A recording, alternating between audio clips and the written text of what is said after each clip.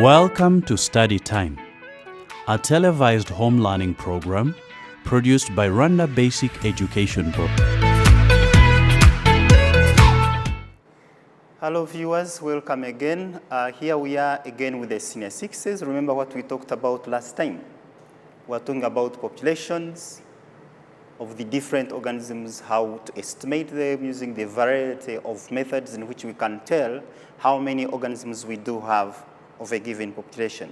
So we looked at fish, we looked at how they explode, we looked at examples of rabbits, we also looked at how we can estimate numbers for plants. A little bit different from the others. Now the question has always been, are we among the populations we need to consider? So today, our focus is going to be on us, ourselves, the human population. In which case we need to think about a lot of things. If our numbers go high or low, is our planet expanding? Do we have an effect on this planet we are occupying?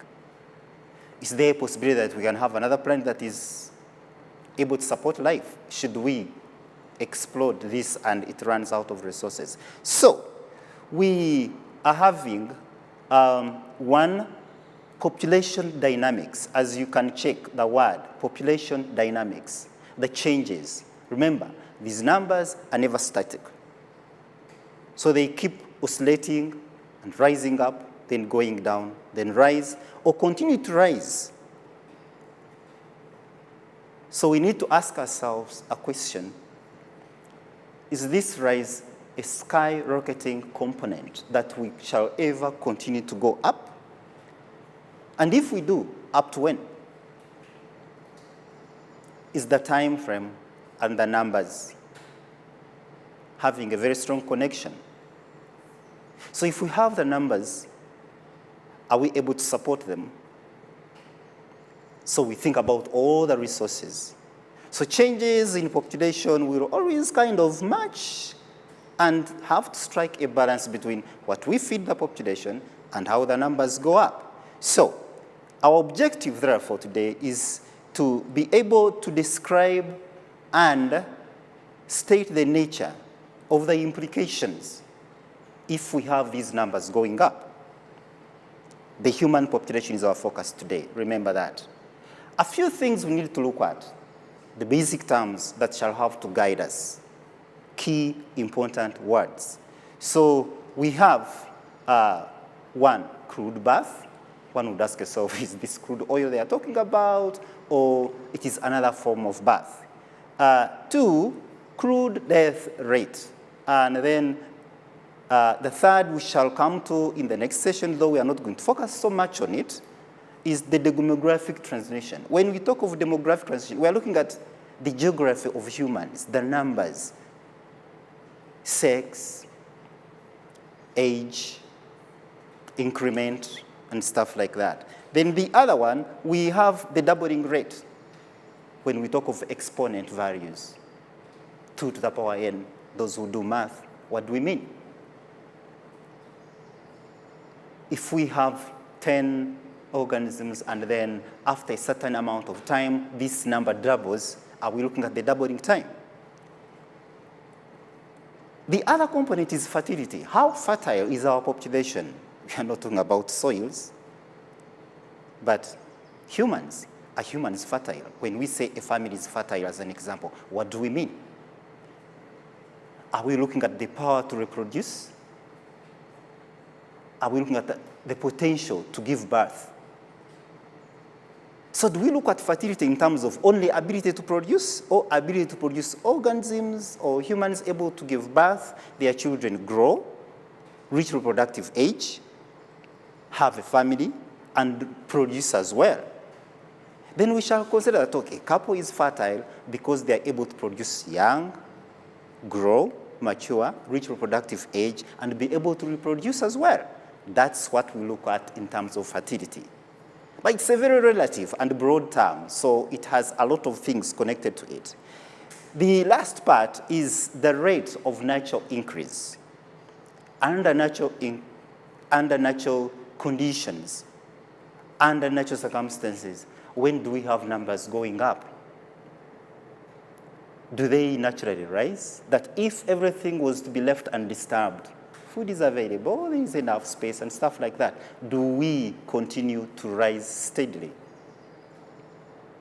There are some situations where artificial circumstances, man-made conditions, kind of interfere with the way we have this natural increase in population. Which takes us to our next component. What exactly affects our numbers? So we need to think and say, Rwandan population, approximately 14 or slightly, because the last time we had these numbers, so much time has passed. So we need to think, did it stay static on the very day the announcement was passed on the radio and TV that today we are this number? Now the question is, at what time do we have the numbers made, calculated, and at what point do we have the numbers announced? Are we already late? Are these people carrying out census also considering mothers about to produce? That's something we need to think about. So, we have three major factors that do affect population size. So you have birth, you have death, and movement, migrations. In which case we are looking at how many births do we have versus the amount of people dying. So do we have death rates and birth rates being compared to know whether we are actually moving up or we are the same, or we keep, that curve up and down, up and down, up and down, so stable. Two, the changes in population, in which we are looking at a combination of a variety of some of these aspects we've looked at. One, birth, when we add immigration. So we are kind of putting two things together. Become pregnant, give birth, add the number, but at the same time, some other people come into a given habitat, a given region, a given country, a given block on the continent. So we also need to think about, are we extracting people dying? What about those ones moving out? So at the end of the day, what exactly do we have? And then we look at rates more often used because we are looking at time frames. So you do not talk about populations minus time. What about crude birth rate? Remember, this is a summary. I'm just giving you an overview, a general picture. It doesn't stop you from continuing to read ahead and get the real grasp of these in detail. So we are looking at crude birth rate, crude. So we are looking at live births per 1,000 people in a year population. This is very interesting, that we tend to sit back in front of our TVs and radios and just keep waiting for those statistical figures that are released by the Bureau of Statistics. We have these figures. If the office dictates these figures and say, these are the numbers we have got, at the back of our mind, what do we think about them? If they say on average per family, we are having about 6 people, I need to start with my own family. How many do I have at home? Can I estimate the number of families Rwanda has, and then I'm able to also make my own calculation at the back of my mind and compare what I can figure out with what the presenter is giving us? Could there be some errors? So what does that mean when we talk of averages? Are there certain things that are kind of uneven?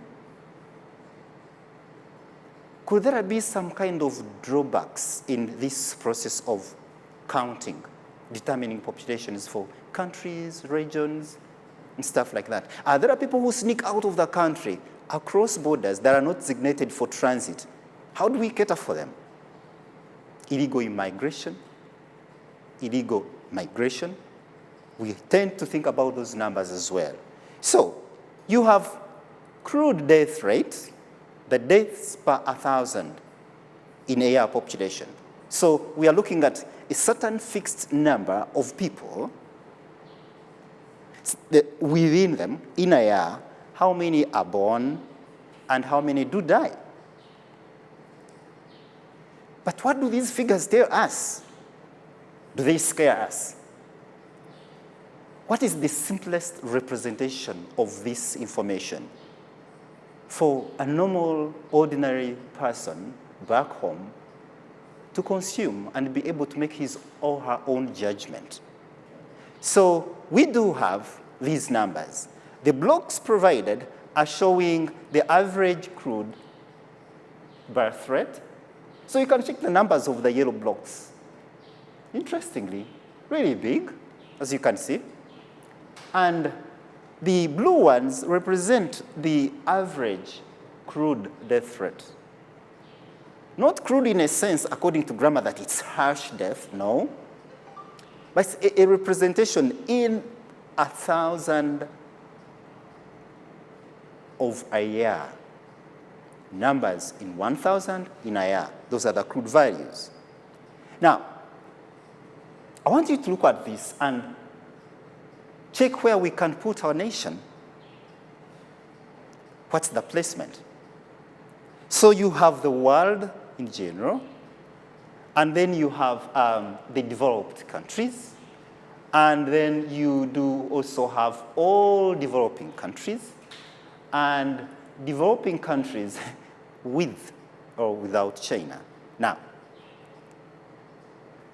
though this is slightly backdated, but at least it's up to around 2004.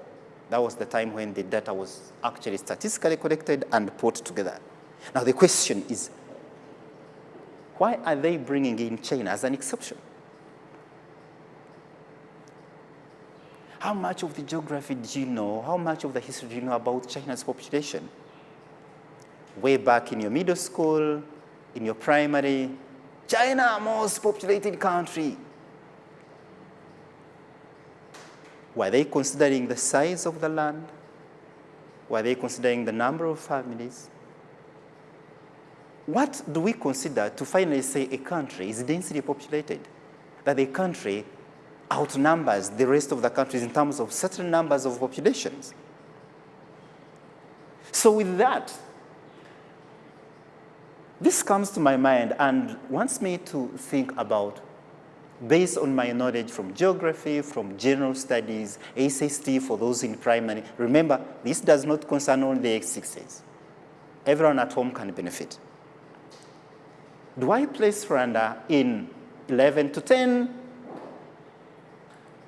Do I place Rwanda in 24 to 8? Do I place it at 29 and 9? Developed, developing, underdeveloped. There are certain words that have been kicked out. So think about that. You need to use this moment to link your geography, your general studies, global issues currently, merge them into this, and you are able to identify where your country is placed. Off we go to the next. Remember, the blue bars and the yellow bars. Crude death as yellow, and then we said the other color, which is now blue, would be the births. So let's check. When we look at this, if I can slightly take you back, deaths would be the blue, and the births would be the yellow. So remember, reverse that. I repeat, we are changing the colors according to the labels. So this is going to be for blue, and then the blue one here would be the death, so it is going to contradict with what I just wrote here. Check that very carefully. I'm slowing down for you to pick that. The yellow ones would be for births, and the blue ones would be deaths. Before we move, look at the bars very carefully. Check. We are taking Europe and comparing it with Africa. Think about it. Why the anomaly? Why a sharp difference? Let's look at Latin America. Let's consider Asia. The Asian Pacific, then we also have Oceania, then you have the United States, then you have North America, Canada, and all of that. What do these numbers tell us?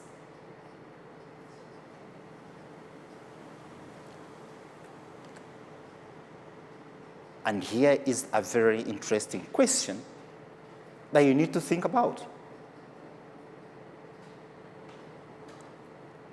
Are we shooting upwards, never to come back again?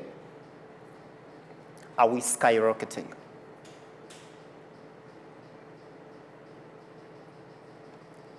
Think about it. And if you're a family out there, you're also seated watching. Are you a contributing factor to this? What is the government strategy in terms of these numbers? Any family planning? Is it attached to certain benefits? Have 2 children, good. Free housing, free education. How do you support the education systems? How do you support government policies? Do you put it into practice, what you actually learn? Family planning in churches is talked about. Family planning everywhere is talked about. How do you space the children? If you don't, or if you continue to produce more and more, is it affecting your land at home? When it comes to giving inheritance, what are you thinking about before we come to that? So the other part is, where are we headed? Produce and produce and produce and produce and skyrocket. Do we have any backup plans? And the third, can the planet and its resources actually support these rising numbers? What if we run out of supplies?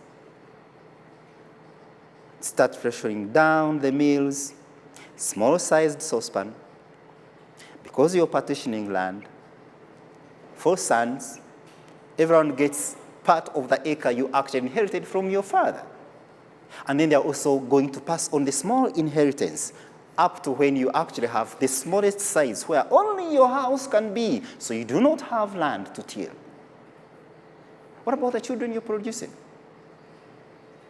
Think about it. And if it does, if you actually know that you have land to pass on to your children, for how long can you sustain that? So we look at the numbers, and still the baseline, the bottom line of it all, we are actually going up. Look at that power of numbers. 79 to the power, 79 times 10 to the power 6 people added every year on this planet that never increases in size. The matter, physics tells us, has never increased. It remains the same. Maybe with some bit of addition when we have rocks coming up.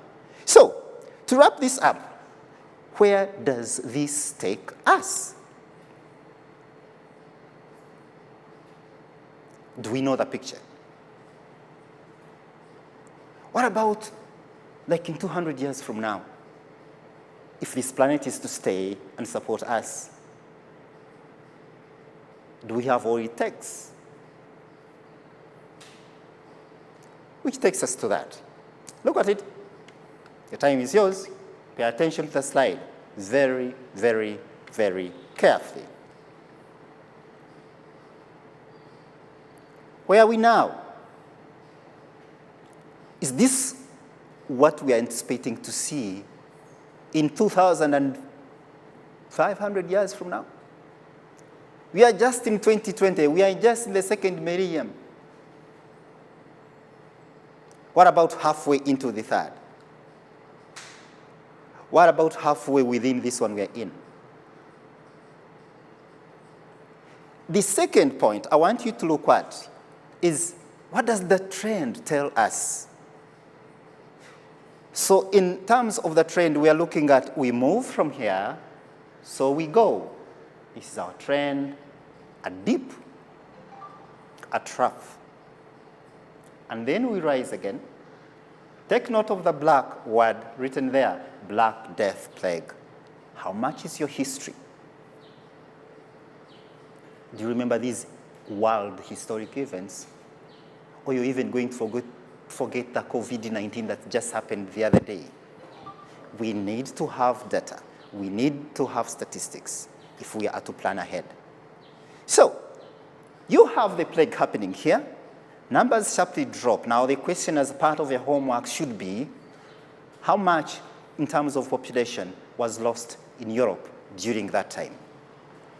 And then we have a slight rise, and then we continue 1830. Choop! We rise. And there we go. Is this what we are looking at as our exponent? From here to here, in terms of the boxes, if I do the math, 1, 2, 3, 4, 5 boxes, between 1,500 AD to 2,000 after death of the Christ, then it means that I'm going to have these boxes, count them, look at that range, divide to know how much each box represents. That's math. Graph. A skill you need. Then I will check. In one box alone, how much have I gone up in terms of billions? Jesus Christ. From 1 to 4, in only one of these, which has a small representation of maybe 2, 5, something like that, by simple math. And then off we go, and where are we? 2013, the other day, and 2028, we are now counting down. Only 7 years to come. 08, 06, boom, there we go. Look at the numbers. Now the question is, around here, for those who will be alive, that is an expected number, you shall be. Some might start thinking, I don't want to be alive at that time because I do not want to compete for even a drop of water. Which takes us to exponents. World populations over centuries. What is going to happen? And here we have. I want you to look at this graph and look at the colors, and we also have the percentages for each of the colors. Some regions, the data is not catered for, so it's colored plain white. I want you to make a comment on these variables in terms of percentage population. Look at the region of Africa, the color, and also the number. Does it outnumber the others? Is it ranking highest? 3+ as a percentage. That's big. What about others that are less than 1? What are they doing? Any family plannings? So, like we talked about, why do our numbers dwindle? And why are certain countries adopting certain ways or strategies in which the numbers actually keep balanced? Not so much increase and not so much death. You can look at that, identify the cause of death, COVID, control it. Simple. Stay home like you are now. Improved nutrition. Are we having certain varieties of foods able to grow faster? We have enough food and stuff like that. What about discovering antibiotics that are able to treat some of these diseases? All that embedded in there. What about childbearing? What is the potential of our mothers to bear good, healthy, upgrowing children? And we now look at once we have skyrocketed.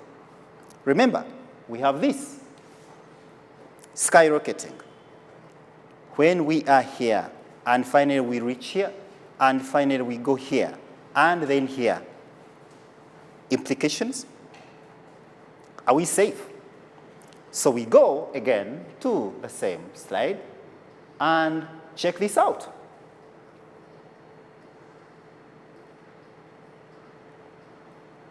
We might have to start competing. Can we continue to use and reuse what we have so that it stays for the next generation? Are we straining our environment? What was the initial size of Akagera National Park? And increased food production? What about that? And we wrap this up here on the chart. I want everyone to focus on the chart on the board, so we are moving here. So, you have an explosion, skyrocket, so much that we cannot contain. And we have the branches. Get out, you are going to over-cultivate, effects erosion, fertility loss, so less productivity of the land. Overfishing, we talked about that last time. How much are we remaining with in Lake Kivu? Do we still have some bazaars and all that stuff?